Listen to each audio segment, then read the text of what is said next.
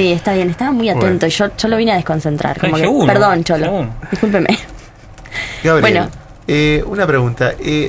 ¿Pensás que es lícito celebrar el bicentenario? Bueno, lícito.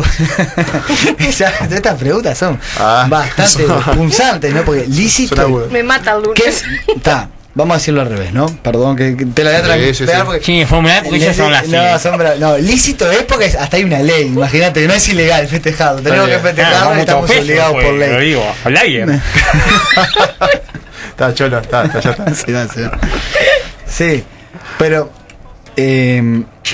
yo creo que hay un tema ahí que es complicado con el bicentenario. A mí me genera dos sentimientos, ¿no? Por un lado, si yo me pongo riguroso históricamente, el bicentenario del Uruguay no es ahora, claramente, porque digamos Uruguay como país, cuyo nombre que tenemos surge tarde, digamos, dentro del proceso revolucionario. Uruguay recién aparece en 1830, ni siquiera en el 28, como dicen algunos. En el 28 se creó un estado separado de Argentina y de Brasil, al que se le llamó provincia de Montevideo, incluso en los documentos, y no se sabía muy bien que no tenía ni límites. Bueno, ese aspecto, como que técnicamente, pero no es correcto decir el bicentenario del Uruguay. Pero también me parece que si uno se pone así, o como, bueno, en el detalle histórico, en el rigor histórico, solo por un preciosismo intelectualoso, no aporta nada. Decir, bueno, porque a su vez en historia todas las fechas, digamos, se reinterpretan a partir de una concepción, ¿no? Entonces, yo creo que el bicentenario del Uruguay como tal es una cosa un poco inexacta. Ahora, hace 200 años, ¿qué pasó?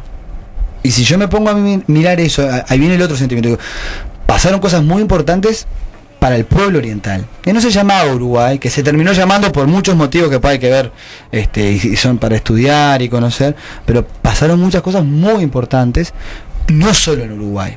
Eso es lo que a mí me genera como un sentimiento contradictorio. Es decir, claro, al llamarlo Uruguay, de alguna manera se está reafirmando la nacionalidad uruguaya, que es importante tener un sentimiento de comunidad, es decir, de sentirnos parte de un todos y no dividirnos, como por tantas cosas muchas veces nos dividimos. Pero a su vez, el exceso de nacionalidad, que es lo que a mí me rechina más, lleva a separarnos de lo americano. Y el proceso de la Revolución Oriental está inserto dentro de lo americano. Entonces, pasa una cosa que es un poco graciosa. Estamos tarde en la noche, se puede hablar así, ¿no? Claramente la revolución empezó en el Río de la Plata en 1810. Bueno, ustedes hicieron lo de la batalla de las piedras al empezar el programa, ¿no? Y esa batalla, Artigas la lidera luchando por la Junta de Buenos Aires, en contra de la Junta de Montevideo, que era españolista, y la de Buenos Aires, que era una junta criolla, que decidía defender los derechos del rey Fernando VII, que estaba preso por Napoleón, todas esas historias que, ¿no? Entonces, esa batalla que es a principios del año 11 viene digamos, a salvar a la Junta de Buenos Aires, porque la Junta de Buenos Aires, que había surgido en el 25 de mayo del 10, no tenía ningún apoyo a nivel regional. Es un tema interesante, acá un poco denso con los datos históricos, pero cuando surge la Junta que empieza a gobernarse, hay todo un debate, ¿no? Que es decir, bueno, como no hay rey, el tema era ese, ¿no? Napoleón se había llevado al rey, bueno, como no hay rey, la soberanía ¿de quién es?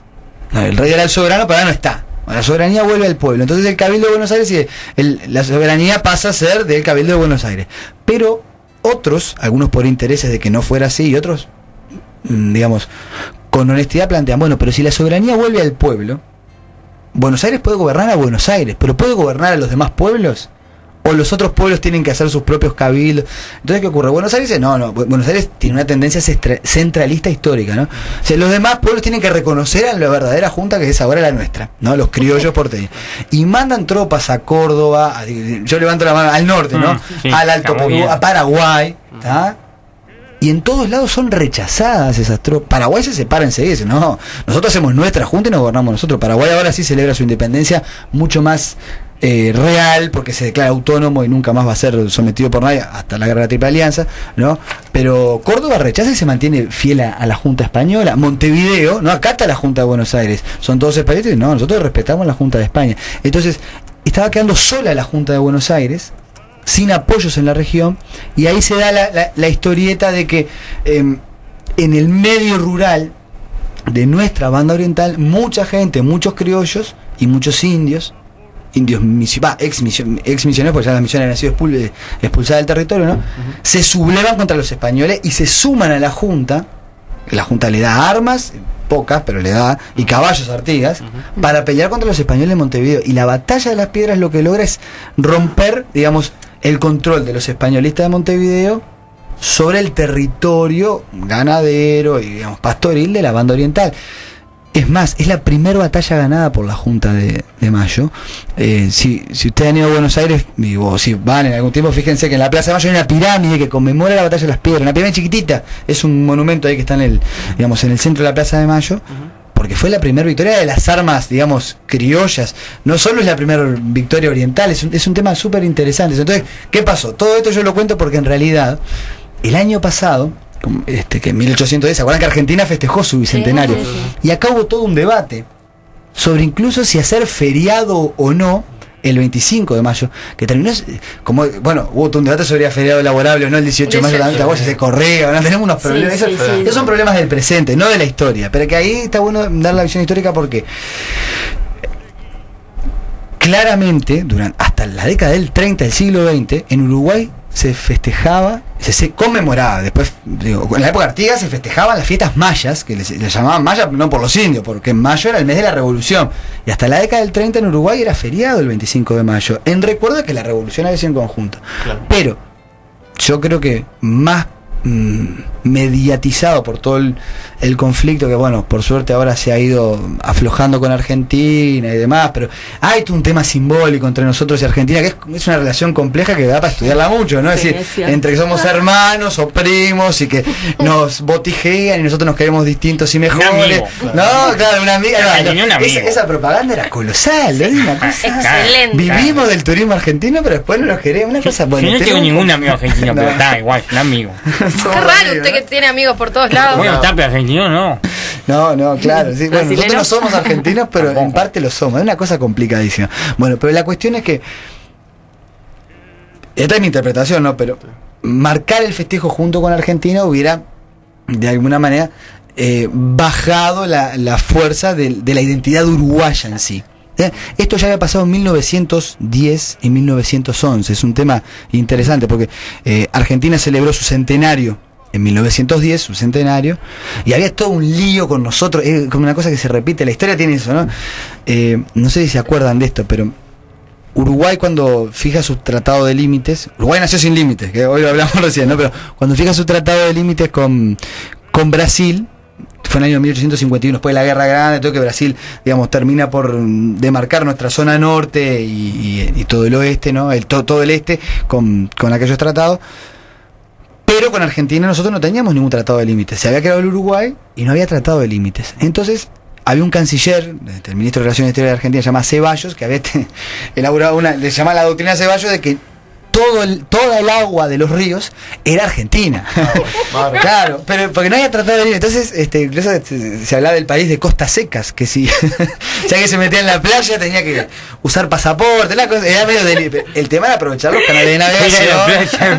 Era un delirio total, ¿no? Y había muy mala onda entre los ministerios de Relaciones Exteriores de acá y de Argentina. Valle también era bastante anti-argentino, digamos, es la época del vallismo en Uruguay, ¿no? Y mucha buena onda con Brasil, que a Brasil le servía que nosotros nos peleáramos con Argentina, porque está todo el tema de la geopolítica ahí. Entonces, como Argentina celebra su centenario en 1910, Uruguay decide que nada. Terminamos celebrando el centenario, porque esto es lo raro en nuestro país, en 1925 y en 1930, por la declaratoria de independencia, que no es tal, porque nos unimos con Argentina en esa vez, y por la Constitución, ¿no? Como separándonos. Ahora festejamos el 25 del centenario, pero en el 11 el bicentenario, siempre. Pero yo creo que pesa eso, complicado, ¿no? Como la idea de festejarlo. Sí, un país complicado. Es complicado. Pero viste, está más como marcamos nuestra identidad particular con el 11 que con el 10, ¿no? Entonces, de alguna manera, yo creo que hay que tratar de surcir ciertas heridas del pasado y del presente con lo argentino y con lo regional, ¿no? Y saber integrar la celebración de la gesta revolucionaria, porque no es menos, o sea, vuelvo a lo que decía al principio, o sea, te puedes poner a dialogar sobre todo esto y quizá tenés tantas opiniones como personas en el diálogo, ¿no? Ahora, lo que sobre la fecha exacta, ¿cuál es? No sé, el 11, el grito de Asensio, te dicen, no, fue el Congreso de Abril, en el 13, porque ahí es la primera vez que, para mí, yo digo que la independencia tiene que ser la primera asamblea del pueblo oriental, que fue en el Parque Central, no digo, no se enojen ahora los hinchas de Peñarol, estamos ahí. Y para que vean que estamos ligados en la Quinta de la Paraguaya, porque nosotros tenemos mucha ligación con Paraguay, histórica, demográfica. Yo elegiría esa fecha un poco por bolso también. Entonces uno de Peñarol diría, no, hay que hacerlo. Hay que jugar bien con Vélez. Pero, claro, que les vaya con suerte, sí, ¿no? Han tenido bastante.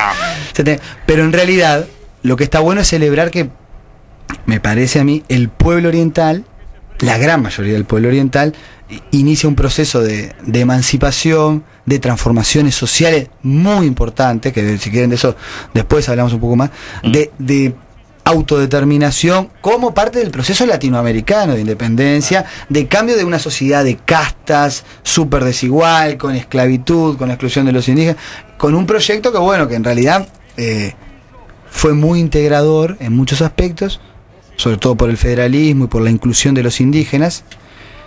Y además que esto es un aspecto que no se ha resaltado bien, me parece a mí. La Revolución Oriental, inserta en este marco, tiene una peculiaridad bastante, yo diría que única. No conozco todas las revoluciones de América Latina, pero la mayoría de las revoluciones fueron protagonizadas por patricios de las ciudades, ¿no? Es decir, por la élite, como estos de Buenos Aires que charlamos, lo de Córdoba, bueno, en Venezuela Bolívar era un mantuano, súper, millonario, pero andaba bien. La Revolución Oriental es protagonizada por el pueblo rural.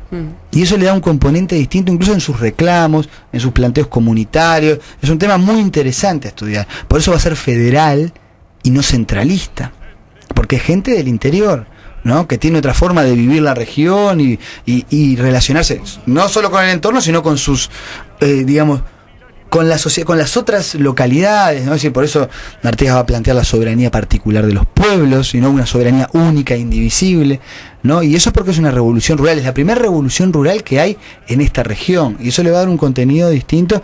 Y está para celebrarse eso. A mí me parece que eso es valioso y hay que resignificarlo, ¿no? Y también la idea de que, bueno, los hombres y las mujeres juntos pueden transformar una sociedad injusta, opresiva, ¿no? Siempre me acuerdo cuando, es un poquito antes de la Batalla de las Piedras, ¿no? Pero después del grito de Asensio, en Soriano, que fue de los primeros poblados de nuestra historia, digamos, de raíz europea, porque en realidad los primeros poblados son indígenas en el norte del territorio, ¿no? Las estancias de las misiones, pero la primera ciudad es Villa Soriano, bueno, y Colonia.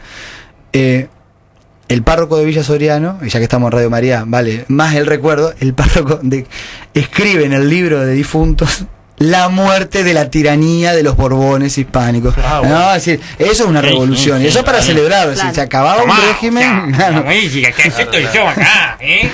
que los curas tuvieron una importante participación en la revolución, sin duda, como secretarios de Artigas, y porque era también una vivencia de que los vínculos entre todos y el amor al prójimo no era un tema de sermón en la iglesia, no, era un tema de práctica social. Claro. ¿No? Yo para que escuchen todos los párrocos, ¿está? Incluso se ve bien en la obra de Juan Luis y Juan Manuel Blanes, la rendición de Posadas. Bueno, ahí está Valentín Gómez, ¿verdad? Que recibe exactamente, está acompañando y aconsejando. Exactamente. Bien, yo te decía, yo tengo que manejar un poco el programa porque ellos se van, viste, por la rama. Vamos a hacer una cosa, chicos, si les parece. Vamos a ir a un tema musical que Juancito ya me está mirando y que me está diciendo, te lo voy a poner cuando vos me digas. Y me voy a aprovechar para buscar una lapicera y papel para apuntar más de la historia. Después lo reescribís después. Que está claro. Y lo repienso y está. Te dice una cosa muy interesante tu charla. Sí, bueno, en verdad que sí. Vamos a escuchar un tema especial.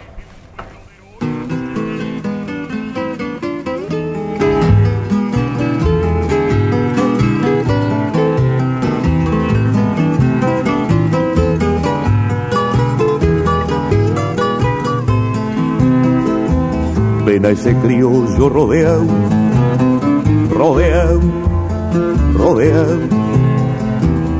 los paisanos.